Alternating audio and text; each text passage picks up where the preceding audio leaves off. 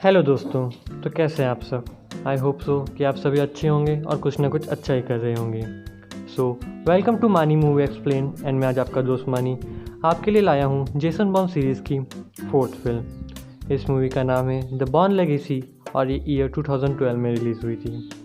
इस मूवी की IMDb rating काफ़ी अच्छी है और इस IMDb रेटिंग मिली है 6.6। तो इस जेसन बॉर्न सीरीज़ में टोटल 5 फिल्में हैं और मैं आज चौथी एक्सप्लेन कर रहा हूँ। मैं नीचे डिस्क्रिप्शन में आपको पिछली तीनों फिल्मों के भी एक्सप्लेनेशन की लिंक दे दूंगा, तो आप वहाँ पर जाके देखेंगे तो आपको ये चौथी फिल्म काफ़ी अच्छे से समझ में आएगी। इस मूवी में हमें यही बताया गया कि किस तरह जेसन बॉर्न की लेगेसी को कोई आगे बढ़ाता है। इसमें एक एलन क्रॉस नाम का आदमी होता है और वो भी वही सब टॉर्चर सहता है जिस तरह जेसन बॉर्न ने सहे थे। और मैं आपसे यही कहना चाहता हूँ कि अगर आपको ये वीडियो ज़रा भी अच्छा लगे तो प्लीज़ लाइक और सब्सक्राइब करना एंड थैंक यू आपके सपोर्ट के लिए। और अगर आप मुझे कोई भी रिव्यू या सजेशन देंगे तो मुझे काफ़ी अच्छा लगेगा। दोस्तों, जेसन बॉर्न के मॉस्को वाले कांड के 6 हफ्ते बाद का इसमें समय दिखाया गया है। इसमें बताया गया है कि department of defence black ops का एक प्रोग्राम चलता है जिसका नाम होता है ऑपरेशन आउटकम। उसमें उनका एक अटेंडी होता है एरन क्रॉस। वो अपनी कुछ ट्रेनिंग मिस कर देता है तो उसे सज़ा मिलती है कि वो अलास्का में जाएगा और वहाँ पर ही अपने कुछ दिन बिताएगा और उसे कुछ टास्क करना पड़ेगा।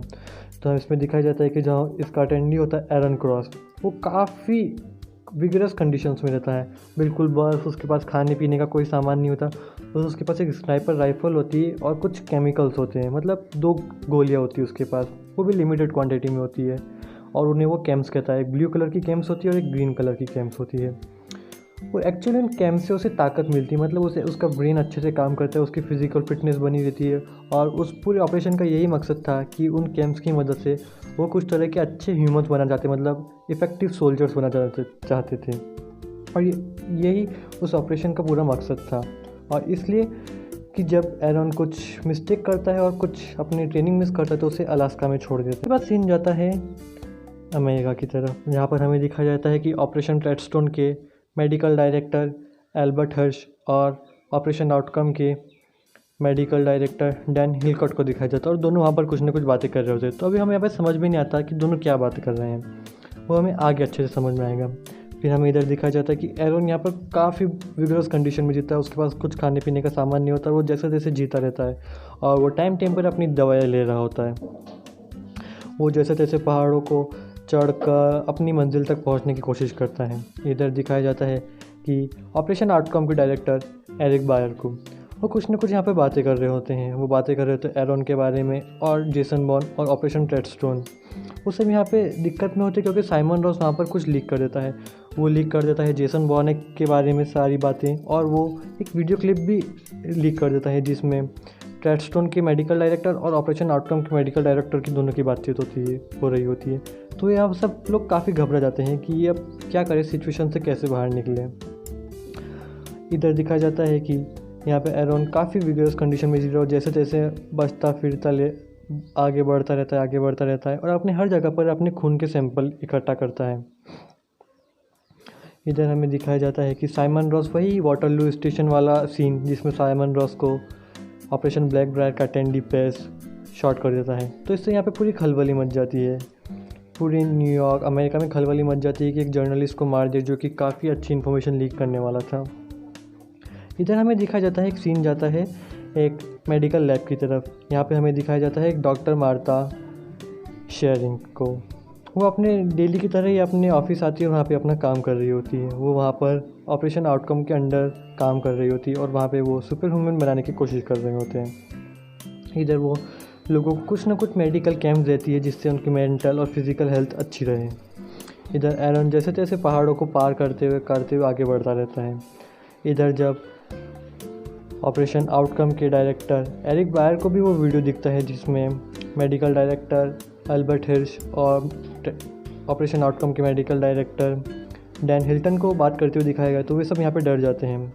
और ताकि उनके ऊपर इन्वेस्टिगेशन ना हो तो वो डिसाइड करते हैं कि क्यों ना हम इस ऑपरेशन आउटकम के सारे मेंबर को ही क्यों ना मार दें, जिससे हमारे ऊपर किसी का शक नहीं जाएगा और इससे हमारे फ्यूचर में होने वाले प्रोग्राम लार्क्स और ह्यूमन सोल्जर पे कोई फ़र्क ना पड़े और एक छोटे से ऑपरेशन के चक्कर में हम अपने बड़े ऑपरेशन को फेल नहीं कर सकते। तो ये सब यहाँ पे डिसाइड करते हैं कि हम ऑपरेशन आउटकम के सभी मेंबर को मार देंगे। इधर एरॉन अपनी मंजिल तक पहुंच जाता है। उसे वहाँ पर एक घर दिखता है, तो वहाँ पे घर पे जाता है तो उसे वहाँ पर एक आदमी मिलता है जिसको नंबर 3 टैग दिया गया है। वे दोनों फिर उसके घर में जाते हैं और वहीं पर रात गुजारते हैं। इधर एरॉन उससे बोलता है कि मेरी दवाइयाँ खो गई है। असल में उसकी दवाइयाँ खोई नहीं होती, लेकिन उसे और चाहिए होती है। तो उससे बोलता है कि अगर तुम्हारे पास दवाइयाँ हो तो मुझे दे दो, तो वो मना कर देता है और फिर वहीं पे वो रात गुजारते हैं। इधर फिर रात को नंबर 3 वहाँ पर एक ड्रोन बुलाता है जिसमें वो एरॉन के पूरे ब्लड सैंपल्स देता है और उससे बोलता है कि तुमने यह टास्क था उसका रिकॉर्ड तोड़ दिया और तुम 2 दिन पहले ही यहाँ पर पहुँच गए, और ये काफ़ी बड़ी बात है। इसके बाद वहाँ से वो ड्रोन चला जाता है। इसके बाद वे दोनों रात को बातें करते हैं और दोनों एक दूसरे से पूछते रहते हैं कि तुमने क्या मिस्टेक करी, और ये दोनों वहाँ पर रात गुजारते हैं। इधर हमें सीन जाता है कोरिया की तरफ, जहाँ पे एक लेडी को दिखाया जाता है। तो लेडी वहाँ पे एक अपना ब्लड सैंपल देती है और दूसरी लेडी उसे वहाँ पर एक पिल्स देती है येलो रंग की। तो हमें पता लगता है कि ये वही पिल्स है जिससे सारे लोग मर जाएंगे, और ये एक्चुअली ऑपरेशन आउटकम के डायरेक्टर एरिक बायर उन सारे लोगों को मारना चाहते हैं जो कि ऑपरेशन आउटकम से जुड़े हुए थे। तो उन सब जो भी उनके अटेंडी थे उनको मारने के लिए नई येलो पिल्स बना देते हैं ताकि वे लोग मर जाएं। इधर पाकिस्तान के एक आदमी को भी वही येलो पिल्स दी जाती है ताकि वो भी मर जाए, और हर तरफ के जितने भी उनके अटेंडी होते हैं पूरे ऑल ओवर वर्ल्ड में उन सबको येलो पिल्स दी जाती है ताकि वे सब मर जाएँ। इधर एरॉन और नंबर 3 थोड़े अच्छे दोस्त बन जाते हैं, लेकिन एकदम से अगले दिन उनको एक ड्रोन की आवाज़ सुनाई देती है। तो एरॉन नंबर 3 से पूछता है कि क्या तुमने कोई ड्रोन मंगवाया, तो नंबर 3 मना कर देता है। तो इतने में एरॉन बोलता है कि रुको मैं बाहर जाके देखता हूँ। जैसे एरॉन बाहर आता है तो एकदम से ड्रोन उन पर हमला कर देता है और बेचारे नंबर 3 उस कुटिया के साथ ही मर जाता है, और यहाँ पर एरॉन बच जाता है। ड्रोन की बॉम्बार्डिंग में एरॉन बच जाता है, लेकिन यहाँ पर ऑपरेशन आउटकम वालों को पता लग जाता है कि एरॉन अभी भी बचा हुआ है, क्योंकि उसकी बॉडी में एक ट्रांसमीटर होता है। इधर दिखाया जाता है कि एरॉन फिर फटाफट जल्दी जाके एक ऊंचाई पर जाकर चढ़ता है और वहाँ पर अपनी जिस जगह उसका ट्रांसमीटर होता है उसकी बॉडी में वहाँ पर एक प्लेट और एल्यूमिनियम फॉयल की मदद से उस ट्रांसमीटर को ढक देता है, जिससे वहाँ पर सिग्नल काफ़ी वीक हो जाता है और ऑपरेशन आउटकम वाले उसे वहाँ पर डिटेक्ट नहीं कर पाते। इधर फिर वो अपने स्नाइपर की मदद से उस ड्रोन को मार गिराता है और यहाँ पर उनका ये ड्रोन ख़त्म हो जाता है। तो फिर वे वापस ऑपरेशन आउटकम वाले एक नया ड्रोन भेजने की तैयारी करते हैं। इधर एरॉन फटाफट से अपनी बॉडी में से वो ट्रांसमीटर निकालता है और एक वेयरवुल्फ के अंदर डाल देता है। तो जैसे ही वहाँ पर नया ड्रोन आता है तो वो उस वेयरवुल्फ के ऊपर बॉम्बार्डिंग कर देता है और बेचारा वेयरवुल्फ वहाँ पे मर जाता है और उन्हें लगता है कि उन्होंने एरॉन को मार दिया, जबकि यहाँ पर एरॉन जिंदा होता है। इधर फिर सीन जाता है ऑपरेशन आउटकम की एक मेडिकल लैब की तरफ जो कि मैरीलैंड में होती है। वहाँ पर हमें दिखाया जाता है एक डॉक्टर को, और डॉक्टर फटाफट एक उनके जहाँ पर मेन लैब होता है वहाँ पर आता है और उसके अंदर जितने भी काम करने वाले होते हैं उन सबको मारता रहता है, सबको शूट कर देता है। लेकिन वो लास्ट में डॉक्टर मार्ता को नहीं मार पाता और इतने में वहाँ की सिक्योरिटी गार्ड आ जाती है और वो खुद डॉक्टर वहाँ पे सुसाइड कर लेता है। तो ये वही लैब था जहाँ पे ऑपरेशन आउटकम के जितने भी ट्रेनिंग थे और यहाँ पर आके अपने मेडिकल चेकअप और यहाँ पर उनकी ही वही गोलियाँ बनती थी। और डायरेक्टर एरिक बायर के कहने पर ही उस आदमी ने इन सब लोगों को डॉक्टर्स को मारा, लेकिन यहाँ पर बस डॉक्टर मार्ता बच जाती है अकेली। इधर फिर सीन दिखाया जाता है कि यहाँ पर एरॉन अमेरिका आ जाता है और अपनी कार में से अपने सारे गन्स और पैसे वैसे ले लेता है। और वो जब न्यूज़ में पढ़ता है कि मैरीलैंड की मेडिकल लैब में ऑपरेशन आउटकम की मेडिकल लैब में शूट आउट हुआ जिसमें सारे डॉक्टर मर गए, बस एक ही डॉक्टर बची है जिसका नाम है डॉक्टर मार्ता शेयरिंग। तो सोचता है कि अब मैं डॉक्टर मार्ता के पास जाता हूँ, क्योंकि उसकी मेडिकल कैंप्स ख़त्म हो गई और उन कैंप्स के बिना शायद तक ज़िंदा रह पाएगा, वो जानता था ये बात। तो सोचता है कि अब मैं डॉक्टर मार्ता के पास जाऊँगा और कुछ ना कुछ परमानेंट इलाज ढूँढूँगा। इधर सीन देखा जाता है डॉक्टर मार्ता के घर की तरफ। उनका घर काफ़ी एक रिमोट एरिया में होता है। वहाँ पे हमें दिखाया जाता है कि डॉक्टर मार्ता उस घर को यानी मतलब पूरी कंट्री को छोड़ के जाने की तैयारी कर रही होती है। तभी वहाँ पर कुछ FBI वाले आते हैं, ऐसा वो कहते हैं कि वो FBI वाले हैं, और वहाँ पर वो उनसे पूछताछ करने लग जाते हैं। वे वहाँ उनसे पूछताछ करते हैं कि ऐसा क्या हुआ वहाँ पर, मतलब जितना भी उस मैरीलैंड की मेडिकल लैब में सब घटा उसके बारे में उनसे पूछताछ करने लग जाते हैं कि आप मुझे पूरा डिटेल में बताओ।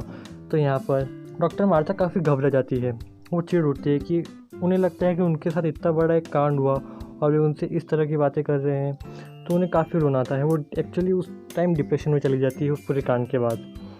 तभी वो FBI वाले उन्हें ढांढस बनाने का नाटक करते हैं, लेकिन असल में वे एक्चुअली कुछ असैसिनर्स होते हैं और वहाँ पे फिर वो डॉक्टर मार्था को मारने की कोशिश करने लग जाते हैं। इधर वो नकली एफबीआई वाले यहाँ पर डॉक्टर मार्था को मारने की कोशिश करते हैं।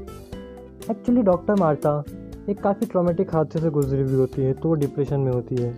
अगर ये नकली एफबीआई वाले उनके सुसाइड की तरह उनका मर्डर कर देंगे तो लोगों को तो यही लगेगा ना कि उनका एक्चुअली उन्होंने सुसाइड ही करा है, क्योंकि वो इतने बड़े हादसे से गुजरी है। तो वे यहाँ पर यही प्लान करने की कोशिश करते हैं कि वे डॉक्टर मार्था का मर्डर एक सुसाइड की तरह शो करेंगे। जब वे यहाँ पर डॉक्टर मार्था को मारने की कोशिश कर रहे होते हैं तभी यहाँ पर एरॉन आ जाता है और यहाँ पर डॉक्टर मार्था को बचा लेता है। ये चारों असैसिनेटर्स भी काफ़ी ट्रेंड थे, तो वे यहाँ पर एरॉन के ऊपर भारी पड़ते हैं, लेकिन एक्चुअली एरॉन भी एक सुपर ह्यूमन प्रोग्राम के से गुजरा हुआ था, तो वो भी काफ़ी अच्छा होता है और सारे असैसिनेटर्स को यहाँ पर मार देता है। और तभी वो यहाँ पर डॉक्टर मार्था से भी दोस्ती कर लेता है और उन्हें पूरा तरह विश्वास दिला देता है कि वो उन्हें बचाएगा और उनके खिलाफ़ नहीं है। इधर उन चारों असैसिनेटर्स के आखिरी दोस्त, पांचवें दोस्त को जब पता लगता है कि वो मुसीबत में है तो उनकी तरफ कार लेके भागता है। इधर डॉक्टर मार्था और एरन दोनों वहाँ से बचते बचाते उस घर को पूरा जला देते हैं और वहाँ से भाग जाते हैं। इधर जब उसके दोस्त को वहाँ पर पहुँचता है घर के वहाँ पर, तो उसे वहाँ पर कोई नहीं मिलता और उसके चारों दोस्त अंदर रहते हैं, जल गए होते हैं और वो घर भी पूरी तरह जल जाता है। इधर डॉक्टर मार्था और एरन दोनों गाड़ी से वहाँ से भाग जाते हैं। दोनों वहाँ पर बात कर रहे होते हैं, तो एरन डॉक्टर मार्था से पूछता है कि आपको मेरा नाम तो पता ही होगा। तो डॉक्टर उसे मार्था बताती है कि वो कभी इन फालतू बातों पे ध्यान नहीं देती और उसका बस एक ही लक्ष्य था कि वो साइंस की फील्ड में कुछ ना कुछ करे, और इसलिए उसने कभी उसका नाम तक नहीं देखा, बस वो उसे नंबर से जानती है जो उसे डेजिग्नेटेड करा गया था। तो यहाँ पर एरन काफ़ी चिढ़ जाता है कि बोले तुम किस तरह के लोग हो। उसके बाद वो डॉक्टर मार्था से बोलता है कि मुझे ब्लू और ग्रीन कैंप्स दोनों ज़रूरी चाहिए। डॉक्टर मार्था उसे बताती है कि तुम्हें ग्रीन कैंप्स अब नहीं चाहिए, तुम्हें परमानेंटली उनका इलाज कर दिया है, तो अब तुम्हें वो ग्रीन कैंप्स कभी लेने की ज़रूरत नहीं है। लेकिन हाँ, तुम्हें अगर अपनी मेंटल हेल्थ को अच्छा बनाए रखना है तो तुम्हें ब्लू कैंप्स तो ज़रूरी चाहिए ही चाहिए। तो यहाँ पर एरन उन्हें बताता है कि मेरे पास अब ब्लू कैंप्स काफ़ी कम मात्रा में बचे हैं और अगर मुझे जल्दी ब्लू कैंप्स नहीं मिले तो शायद तक हम दोनों मारे जाएंगे। तो पूछते कि मैं क्यों मारी जाऊंगी। तो बताता है कि डायरेक्टर एरिक ब्रायन ने ऑपरेशन आउटकम के अंदर जितने भी लोग थे उन सबको मारने का आदेश दे दिया है, और अगर उन्होंने कुछ एरन का कुछ परमानेंट इलाज नहीं ढूंढा तो वे दोनों मरेंगे, ये उसके पक्का श्योर है। तो यहाँ पर डॉक्टर मार्था भी काफ़ी दुखी हो जाती है, क्योंकि उनका जो आखिरी उम्मीद थी वो थी मैरीलैंड की लैब जिसमें सारी दवाइयाँ थी, और क्योंकि अब वो मैरीलैंड की लैब ही बंद हो गई उस कांड के बाद, तो दोनों यहाँ पे काफ़ी दुखी हो जाते हैं। लेकिन तभी डॉक्टर मार्था को आइडिया आता है कि मनीला में जहाँ पर सारी दवाइयाँ बनती थी उस फैक्ट्री में वहाँ पे वो जाएंगे और शायद तक वहाँ पे एरन के उस ब्लू कैंप्स का कोई परमानेंट इलाज ढूंढ ले। तो फिर वे दोनों वहाँ से डिसाइड करते हैं कि हम मनीला जाएंगे और वहाँ की जिस फैक्ट्री में दवाई बनती हैं वहाँ पर जाके एरन की ब्लू कैंप्स के लिए एक परमानेंट इलाज ढूंढ लेंगे। फिर वे दोनों मनीला के लिए निकल जाते हैं। इधर ऑपरेशन आउटकम के सभी जो बड़े बड़े हेड होते हैं वो सब पागल हो जाते हैं कि किस तरह हमारे सारे ट्रेन असैसिनेटर्स मर गए और वो एक लड़की बच गई। उन्हें अभी भी पता नहीं होता कि एरन जिंदा बचा हुआ है। इधर एरन उनकी मनीला जाने के लिए फेक आईडी से पासपोर्ट बनाता है और वे फिर मनीला की फ़्लाइट में बैठ जाते हैं। इधर दोनों बातचीत कर रहे होते हैं और बार बार हमें फिर जेसन बॉर्न की क्लिप्स दिखाई जाती है कि किस तरह जेसन बॉर्न ने पूरी CIA को चकमा देकर उसकी फाइल ले ली और ब्लैक वायर फाइल्स को पूरे प्रेस में दे दिया। इधर वे लोग मनीला पहुंच जाते हैं। इधर एरन और डॉक्टर मार्था दोनों मनीला पहुंच जाते हैं।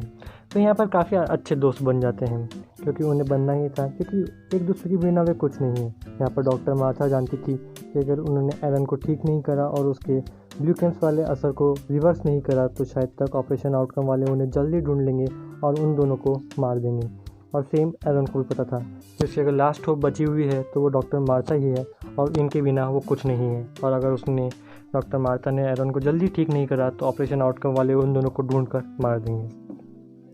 फिर वे दोनों वहाँ से उस फार्मास्यूटिकल फैक्ट्री के बाहर जाते हैं जहाँ पर वो ऑपरेशन आउटकम के सारे कैंप्स के वहाँ पे बनाए जाते थे और मैन्युफैक्चर किए जाते थे। जैसे वहाँ पर बाहर पहुँचते हैं तो जो वहाँ का सिक्योरिटी गार्ड होता है वो डॉक्टर मार्था को पहचान जाता है, क्योंकि डॉक्टर मार्था पहले भी कई दफ़ा वहाँ पर पहुँची है और वहाँ पर उन्होंने काम करा है। तो फिर वो उन्हें अंदर जाने की इजाज़त दे देता है बिना किसी प्रायर परमिशन के। इधर CIA वाले डॉक्टर मार्था के पीछे बुरी तरह पड़ जाते हैं, क्योंकि उन्हें लगता है कि उनकी 4 ट्रेन असैसिनेटर्स को एक नॉर्मल सी लेडी डॉक्टर कैसे मार सकती है, कि एक जो नॉर्मल लैब में काम करती है जिसको कुछ डिफेंस ट्रिक नहीं पता वो कैसे मार सकती है। तो उन्हें हर जगह ढूंढने लग जाते हैं। जब एक एयरपोर्ट की क्लिप चेक कर रहे होते हैं तब वहाँ पे उन्हें पता लगता है कि डॉक्टर मार्था मनीला की फ़्लाइट में बैठी है और वो मनीला के लिए जा रही है। तो जब वो उस फ्लाइट की सारे पैसेंजर्स की लिस्ट चेक करते हैं तो उन्हें पता चलता है कि उसमें एरॉन भी बैठा हुआ है, और उन्हें यहाँ पर कहीं ना कहीं शक हो जाता है कि वे दोनों यहाँ पर एरॉन के उन केम्स का असर रिवर्स करने के लिए कहीं ना कहीं उस फार्मास्यूटिकल फैक्ट्री में ही जाएंगे। तो वे लोग डिसाइड करते हैं कि अब हमें उस फार्मास्यूटिकल कंपनी के ओनर को कांटेक्ट करना चाहिए। इधर एरॉन और डॉक्टर मार्था उस फार्मास्यूटिकल कंपनी के अंदर एंटर हो जाते हैं। इधर जैसे फैक्ट्री के अंदर आते हैं तो उसकी मेन लैब में जाते हैं, जहाँ पर डॉक्टर मार्था पहले से प्रेजेंट्स कुछ केमिकल्स की मदद से एक नया केमिकल कंपोजिशन बनाती है और उस ब्लू कैम्स के असर को रिवर्स करती है और एरॉन के अंदर एक लाइव वायरस इंजेक्ट कर देती है। इस लाइव वायरस की वजह से एरॉन थोड़ा बीमार हो जाता है। इधर ऑपरेशन आउटकम वाले उस फैक्ट्री के ओनर को कांटेक्ट करते हैं और उसे बोल देते हैं कि तुम सारे अपने दरवाजे बंद करो और डॉक्टर मार्था और एरॉन दोनों को पकड़ो और हमारे हवाले कर दो। तो फैक्ट्री वाला सबको अलर्ट कर देता है और यहाँ पे सब उन्हें पकड़ने लग जाते हैं। इधर एरॉन की तबीयत थोड़ी बिगड़ जाती है जब वो लाइव वायरस अपने अंदर ले लेता है। इधर जैसे ही सब एरॉन को पता लगता है कि सब उनके पीछे पड़ गए तो वहाँ नीचे जाता है और वहाँ पे एक शूट कर देता है, गोली से फायरिंग कर देता है हवा में, जिससे वहाँ पे काफ़ी भगदड़ मच जाती और वे वहाँ से बाहर निकल जाते हैं। जाते जाते उस फैक्ट्री के ओनर से एक घड़ी छीन लेता है, उसकी महंगी सी घड़ी। इधर ऑपरेशन आउटकम वाले अपने नए ऑपरेशन लाक्स से उनका एक नया अटेंडी बुला लेते हैं जिसका नाम होता है लाक्स 3, और वो एक ब्रेन वॉश सुपर सोल्जर होता है। उसे कुछ नहीं पता और जो उसे बस टारगेट बोलते हैं उन्हें उसके पीछे उन्हें मारने के लिए पड़ जाता है। तो वो उसे एरॉन और डॉक्टर मार्था के पीछे लगा देते हैं। इधर एरॉन और मार्था उस फैक्ट्री से निकलने के बाद एक होटल का रूम तलाश लेते हैं, और इधर जब एरॉन को लगता है कि वो शायद से ज़िंदा बच पाएगा तो वो डॉक्टर मार्था से बोलते हैं कि अगर मुझे कुछ हो जाए तो प्लीज़ तुम ये फेक आईडी और पासपोर्ट और इसमें पड़े हुए तो तुम और कुछ पैसे पड़े हुए तो तुम उनकी मदद से अपनी एक नई ज़िंदगी शुरुआत कर लेना और मेरे लिए बिल्कुल मत रुकना। इधर एरॉन काफ़ी दुखी होता है और हमें भी काफ़ी दुख होता है उसकी ये सिचुएशन देख के। इधर फिर वो जब अगले दिन सुबह होती है तो डॉक्टर मार्था उसके लिए कुछ दवाई लेने बाहर जाती है। जैसे वापस अपने होटल की तरफ आती है तो वहाँ उसे पता लगता है कि वहाँ पुलिस आई हुई है। तो वहाँ पर चिल्ला के एरॉन को बोलते कि एरॉन भाग जाओ, यहाँ पर पुलिस आई है। तो एरॉन भी वहाँ से चौकन्ना हो जाता और वहाँ से भाग जाता है। इधर वह लाक्स 3 भी उनके पीछे पड़ जाता है और उनके पीछे पड़ता रहता है। इधर डॉक्टर मार्था के पीछे पुलिस पड़ी और डॉक्टर मार्था को बचाने के लिए उनके पीछे एरॉन पड़ जाता है और एरॉन के पीछे लाक्स 3 पड़ जाता है उसे मारने के लिए। लाक्स 3 भी यहाँ पे काफ़ी उसको दर्दनाक बताया गया, उसको कुछ नहीं आता, बस सामने जो दिखता है उन सबको मारते हुए आगे बढ़ता रहता है। इधर फिर एरॉन एक बाइक चुरा लेता है और फिर मार्था और दोनों बाइक पर बैठ के भागते हैं और उधर लाक्स 3 भी उनके पीछे भागता रहता है और यहाँ पे एक मस्त सा बाइक चेज सीन आता है। इधर फिर लास्ट में जैसे तैसे उस लाक्स 3 को एरॉन मार देता है और जैसे तैसे एक डॉकयार्ड पर पहुंच जाते हैं। यहाँ पर एरॉन की हालत पूरी तरह बिगड़ जाती है, उसे गोली भी लग चुकी होती है और उसकी उस लाइव वायरस वजह से भी उसकी हालत काफ़ी ख़राब हो जाती है। तो जैसे उस डॉकयार्ड पर पहुँचते हैं तो यहाँ पर डॉक्टर मार्था को कुछ मछुआरे दिखते हैं, तो उन मछुआरों से हेल्प मांगती है और मछुआरे भी उसकी हेल्प कर देते हैं एरॉन को उसके बोट में बैठा के। इधर से अगले सीन में हमें दिखाया जाता है एरॉन का वही होटल वाला रूम, जहाँ पे जब ऑपरेशन आउटकम वाले पहुँचते हैं तो वहाँ पे उन्हें लिखता है नो मोर। तो यहाँ पे हमें पता लगता है कि एरॉन का जो लाइव वायरस इंजेक्ट करा गया था उससे वो काफ़ी हद तक ठीक हो गया और अब उसे फ्यूचर में कभी भी उस कैंप की ज़रूरत नहीं पड़ेगी। ये वापस हमें सीन दिखाया जाता है कि जो CIA के डायरेक्टर होते हैं नोवा वॉटसन, वो बोलते रहते हैं कि ऑपरेशन ब्लैक बैग कुछ नहीं था, एक सिंपल सा ऑपरेशन था जेसन बॉर्न को पकड़ने के लिए, और पेमेला लैंडी ने उन सारी सीक्रेट फाइल्स को प्रेस को देकर उनसे दगा करा है। और फिर वापस हमें अगले सीन में दिखाया जाता है कि एरॉन वो जो उस फैक्ट्री के मालिक से जो महंगी सी घड़ी चुराई हुई थी उन बोट वाले को दे देता है और बोट वाला उसके बदले उन्हें उसमें रहने देता है, और इस तरह फिर दोनों डिसाइड करते हैं कि आगे की अपनी ज़िंदगी खुशी खुशी जिएंगे।